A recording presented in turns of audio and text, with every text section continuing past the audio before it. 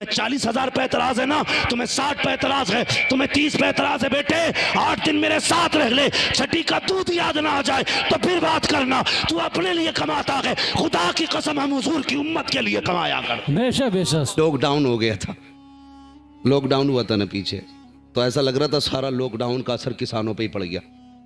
عشر نہ دیا انہوں نے، کہہ رہے لاک ڈاؤن ہے، کسی کا 3 کوئنٹل کی جگہ 2.5 کوئنٹل نکلا لاک ڈاؤن کی وجہ سے، بیگے میں فری تھے، ایسی کھیتی کی، میں سچ بتا رہا ہوں میرے یہاں تو اس سے بہتر گنا کبھی ہوا ہی نہیں جتنا لاک ڈاؤن میں ہوا تھا جی۔ کیوں ٹھلوے تھے اسے ہی نلا رہے تھے، پہلے گنا اتنا ہوتا تھا پھر اتنا موٹا ہونے لگا جی کہہ رہا لاک ڈاؤن رہ گیا، اس لیے مولانا آپ کے نام ایسا ہی ہے کچھ، یہ حالات ہے ہماری قوم کے۔ بھائی رازق رزاق کون ہے؟ بولیں، کیوں نہیں بول رہے؟ پتہ نہیں ہے؟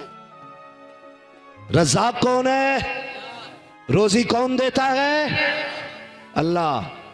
جھوٹ نہ بولیو، اگر جھوٹ بولو گے وہ جبڑوں میں سے نکالنا جانتا ہے۔ بے شک۔ ہاں کہہ رہے لو جی مولویوں نے ہمارا کیا بگاڑ لیا، جتنی زکوٰۃ نہیں دیتے اتنی بڑھیا فصل ہو رہی ہے، یہی تو کہتے تھے۔ ارے اس نے دے رہے اچھی فصل ہوئی ہے، جو دیتے نا مسجد مدرسوں میں ان کی تو فصل ہی ماری گئی۔ یہ حالات ہماری قوم کے۔ لاک ڈاؤن میں کہا فصل کو نقصان ہے، اور لوگ حقارت سے دیکھتے ہیں۔ کئی لوگوں نے اس بات کا ذکر کیا کہ فلاں مولانا کو دیکھا نا تو وہ رستہ کاٹ کے چلا گیا، کہیں کچھ لے نہ لیں مجھ سے۔ گارنٹی کے ساتھ کہتا ہوں، اتنا بڑا مجمع ہے، جاؤ پورا علاقہ اکٹھا کر لو، تم تو کچھ بھی نہیں ہو، اکٹھا کر لو۔ ایک بندہ کوئی بتا دے کسی نے قاری عبدالجبار کو اپنے بچوں کے لیے بھیک مانگتے دیکھا ہو؟ صحیح بات۔ علامہ اخلاق صاحب کو کسی نے 20 روپے کا سوال کرتے دیکھا ہو یہ کہہ کے آج میرے گھر میں چائے کی پتی نہیں ہے؟ یہ اتنی خوددار قوم ہے، یہ مر تو سکتی ہے لیکن اپنے لیے بھیک نہیں مانگ سکتی، بے شک، حق بات۔ نہیں مانگ سکتی بھیک۔ ورنہ دھرنا دینا نیتاؤں سے ہی تھوڑی آوے، مولویوں سے تو آوے ہے۔ اگر سارے ایک بار میٹنگ کر لینا کہ نماز نہیں پڑھانی ہے جب تک 25,000 تنخواہ نہیں ہو جائے گی، ایک دم مت کا حضرت، لوگ اتنی آزاد ہے، کہہ دے گی امام نہیں ہم بھی گھر سو رہے، اللہ سے کہہ دیں گے وہ پڑھانی نہیں آئے تو ہم پڑھتے کہاں سے؟ ہاں یہ نہیں، لیکن کبھی کوئی ناراض نہیں ہوا۔ تم 5,000 دیتے رہے، بڑا ظلم کیا لوگوں نے، بڑا ظلم کیا ہے۔ لاک ڈاؤن ہوا، جن کی تنخواہیں 8,000 تھی اماموں کی، نہ ان کی 5 کر دی، کہہ رہے 5 میں کرنی امامت تو نکلو۔ اور مولانا سے بھی گزارش ہے بھائی مہربانی کریں، تم بھی نہ بالکل وہ مات کام مت کیا کرو جیسے رانے گھر ڈھونڈتی رہتی ہے نا، یہ مسئلہ نہیں ہونا چاہیے۔ ابھی امام ظہر میں اثر میں جائے گا، ظہر میں پہلے آ کے دوسرا امام بیٹھ جاتا ہے۔ تمہیں 40,000 پہ اعتراض ہے نا، تمہیں 60 پہ اعتراض ہے، تمہیں 30 پہ اعتراض ہے بیٹے، 8 دن میرے ساتھ رہ لے، چھٹی کا دودھ یاد نہ آ جائے تو پھر بات کرنا۔ تو اپنے لیے کماتا ہے، خدا کی قسم ہم حضور کی امت کے لیے کمایا کر۔ بے شک، سبحان اللہ، سبحان اللہ، بے شک، حق بات ہے۔ نہیں بولتے ہم اسٹیج پہ ان باتوں۔ یا رسول اللہ، زندہ باد، زندہ باد، زندہ باد، بہت اچھے۔ تو گھر میں لیٹانا، پوچھ علامہ اخلاق کے گھر سے کتنے چولہے جلتے ہیں، ہم جانتے ہیں۔ تمہیں تو کچھ بھی نہیں پتا، تمہیں نذرانے دکھائی دیتے ہیں، غریب کی ہچکیاں دکھائی نہیں دیتی۔ ہم نہیں چاہتے تھے ان باتوں کو منظر عام پہ لائیں، لیکن نہ تم صدمے ہمیں دیتے، نہ ہم فریاد یوں کرتے، نہ کھلتے راز سربستہ، نہ یوں رسوائیاں ہوتی۔ ذرا ہوش کرنا، آنکھیں پھوڑی جائیں گی۔ اتنی دیر اپنے اوپر آنکھیں لگا، تو کیا کر رہا ہے؟ میری بات سمجھ گئے جو میں کہنا چاہ رہا تھا آپ سے؟ تو بڑی وہ رہتی ہے بھون۔ ایک نے تو بھائی اس پہ کون سا کیس لگوایا تھا، ابھی سوشل میڈیا پہ تھا، آتنکوادی گھوشت کرا دیا بھائی، صرف اتنی سی بات پہ کہ اس کے گھر فاتحہ پڑھنے امام نہ گیا۔ اللہ، میڈیا کو بلانے کے بعد کا یہ آتنکوادی ہے امام ہمارا، لیکن قانون اندھا نہیں ہے،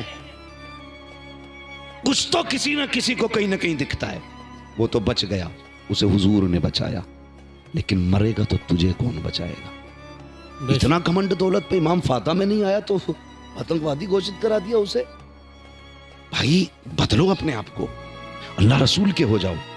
موت سب کو آنی ہے، غریب کو بھی آنی ہے، امیر کو بھی آنی ہے۔ مجھے بتاؤ کسی امیر کی قبر میں سونے کی اینٹیں لگتی ہوں، کسی غریب کی قبر میں اگر مٹی کی جگہ گارا ڈالا جاتا ہو؟ نہیں ہے نا، سب کو ایک ہی جگہ سونا ہے، ایک ہی ٹھکانا ہے۔ تو پھر آج لے ان کی پناہ، آج مدد مانگ ان سے، کل نہ مانیں گے قیامت میں اگر مان گئے۔ تو یہ گھمنڈ دکھاتے نا قاری صاحب لوگ، پیسہ مجھ پہ، تو یہ گھمنڈ نہ کیا کریں۔ دولت کا مالک بھی اللہ ہے، عزت کا مالک بھی اللہ ہے، زندگی کا مالک بھی اللہ ہے۔ تیرے دروازے پہ کوئی مانگنے والا آیا کرے تو شکر ادا کیا کر، سوچا کر یہ بھی تو ہو سکتا تھا خدا اس کے جیسا تجھے بنا دیتا اور تیرے جیسا اسے بنا لیتا۔ شکر ادا کر کہ تجھے دینے والا بنایا، لینے والا نہیں بنایا۔ بے شک یہ سوچ کے زیادہ دیا کرو۔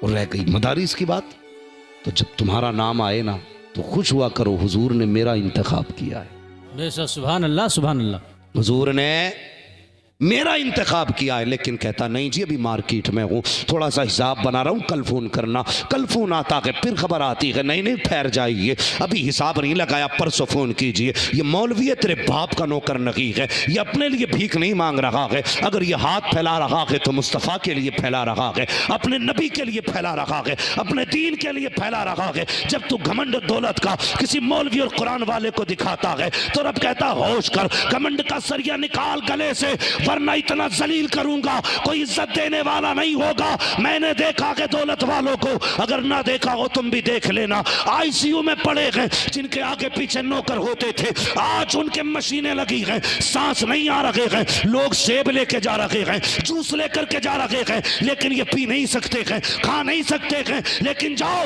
کبھی امیروں کو دیکھنا جو آئی سی یو میں بھرتی ہیں، ادھر سے آنسو ٹپک رہے ہیں، کبھی ادھر سے آنسو ٹپک رہے ہیں۔ مجھے بتا تو سکی یہ کیوں رو رہا ہے؟ آج اسے کس چیز نے رلایا ہے؟ اسے گزرے دن یاد آتے ہیں، کہتا لوگوں میں نے سیب والوں سے پیار کیا، میں نے جوس والوں سے پیار کیا، کاش میں نے قرآن والوں سے پیار کیا ہوتا، کاش میں نے دین والوں سے پیار کیا ہوتا۔ اگر میں نے قرآن والوں سے پیار کیا ہوتا، تم پھل لا رہے ہو میرے کسی کام کے نہیں ہے، جوس لا رہے ہو میرا کسی کام کا نہیں ہے، کاش میں نے کسی قرآن کے قاری سے پیار کیا ہوتا تو کوئی یاسین لے کے آ جاتا، کوئی سورہ رحمان لے کے آ جاتا، کوئی سورہ ملک لے کے آ جاتا، کوئی سورہ فاتحہ لے کے آ جاتا۔ او لوگوں آج مجھے جوس کی ضرورت نہیں ہے، پھلوں کی ضرورت نہیں ہے، میں مر رہا ہوں، میری سانسیں اٹکی ہوئی ہیں، ہو سکے تو کوئی قرآن پڑھ کے سنا دو، کوئی قرآن کی سورت سنا دو۔ او خدا کی قسم اگر عزت سے مرنا چاہتے ہو تو قرآن سے بھی پیار کیا کرو، قرآن والوں سے بھی پیار کیا کرو۔ جب روح نکلتی ہے تو پہلے ٹلکنوں میں اٹکائی جاتی ہے، پھر گھٹنوں میں لا کے روکی جاتی ہے، پھر کمر میں لا کے روکی جاتی ہے، پھر سینے میں اٹکائی جاتی ہے، پھر گلے میں پھانسی جاتی ہے۔ او یار اگر چاہتے ہو اس تکلیف سے نہ گزرو تو قرآن والوں سے پیار کرو۔ ادھر یہ قرآن پڑھیں گے اللہ تجھے عزت کی موت بھی دے گا، تجھے جنت بھی عطا فرمائے۔ نعرہ تکبیر، نعرہ رسالت، علماء اہل سنت، عظمت قرآن، عظمت قرآن، مفتی حماد صاحب قبلہ، نعرہ تکبیر، نعرہ رسالت۔ سبحان اللہ سبحان اللہ۔ تھکے تو نہیں ابھی بھائی؟ کتنے لوگ اپنے ماں باپ سے پیار کرتے ہیں؟ ہاں چاہے گالی بک کے آئے ہوں سب ہاتھ سارے ہی اٹھا دیتے ہیں۔ میرے بھائی ہماری قوم کا بھی عجب رویہ ہے، برا نہ مانیے گا، میں آئی نہ ہوں دکھاؤں گا داغ چہرے کے، جسے خراب لگے سامنے سے ہٹ جائے۔ بہت غور سے میری بات سنیں، ہماری قوم نہ بھیڑ کی چال چلتی ہے، جدھر کو ایک چلے گا ادھر کو سبھی چل دیتے ہیں۔ اس کا نتیجہ جاؤ مسجدوں کی الماریاں چیک کرو، اتنی پیٹیاں رکھی ہیں مسجد میں، اتنی پیٹیاں رکھی ہیں حضرت کہ جگہ نہیں رہی، مسلح تک آ گئی سرک سرک کے۔ ہاں جی، ابا مرے سیدھا مارکیٹ جاتا، پیٹی کا ہدیہ کرے گا، اس پہ لکھ دے گا ابا کا نام ڈالیے۔ کیوں بھائی؟ کہ ابا کا نام کا قرآن دے رہے ہیں، ابا بخشے جائیں گے۔ پوچھو ان علماء سے، رکھے رکھے قرآن سے ثواب ملے گا یا اسے کوئی پڑھے گا تب ثواب ملے گا؟ اتنی پیٹیاں ہو گئیں کہ پارے گھن گئے رکھے رکھے۔ جی یہ سنا ہم نے، آپ نے بھی پڑھا ہے ہم لوگوں نے، اور آپ نے بار بار سنا ہوگا قیامت میں قرآن شفاعت کرے گا، جی کہے گا یا رب یہ مجھے پڑھتا تھا اسے بخش دے، یہ مجھے چومتا تھا مجھے بخش دے۔ جو قرآن قیامت میں یہ صلاحیت رکھتا ہے کہ ہماری شفاعت کرے، ہمیں جانتا ہے کون ہمیں پڑھتا ہے، تو کیا اسے یہ خبر نہیں ہوگی کون نہیں پڑھتا ہے؟ ہیں رکھ کے گھن گئے. ابا مرا سیدھا بیٹا پیٹی لینے, ابا مرا بیٹا سیدھا پیٹی لینے. بھائی صرف پیٹی لینے جاتے ہو؟ ابا ہی بخشوانا چاہتے نا تو ضروری ہے پیٹی لاؤ, کبھی مدرسے بھی آ جایا کرو. بے شک بے شک جی. علامہ صاحب سے کہو کہ ذرا وہ بچے دکھاؤ جن بچوں میں غریبی ہے, سردی ہے, لیکن بدن پہ کپڑے پرانے ہیں اور وہ بھی ٹھنڈے ہیں, ان بچوں کو گرم کپڑے خریدوا دو. گرمی آنے والی ہے, ابھی سردی ہے, اگر ابا تازہ تازہ مرا ہے نا تو پھر یہ کرنا کہ مدرسے آنا کہنا ایک گیزر میرے باپ کی طرف سے, سبحان اللہ. ہے نا. گرمی میں باپ مر جائے تو کہنا ایک فریج میرے باپ کی طرف سے. پیٹیاں لاتے ہو نا, بے شک پیٹیاں لاتے ہو. اور بھائی اگر باپ کا انتقال ہو جانا آ مدرسے میں کہ وہ کون سا کمرہ ہے جس میں بیٹھ کے قرآن والے پڑھتے ہیں تو پسینہ ٹپکتا ہے.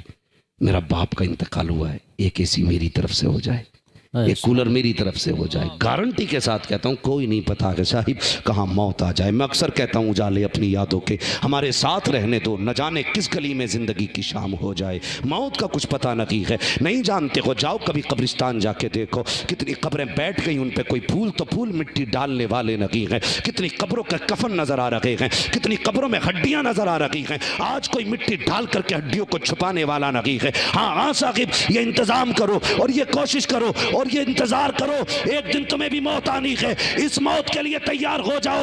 گارنٹی نہیں ہے تمہارے مرنے کے بعد کوئی تمہارے لیے ایصال ثواب کرے. اتنا اپنے ہاتھ سے کر جاؤ.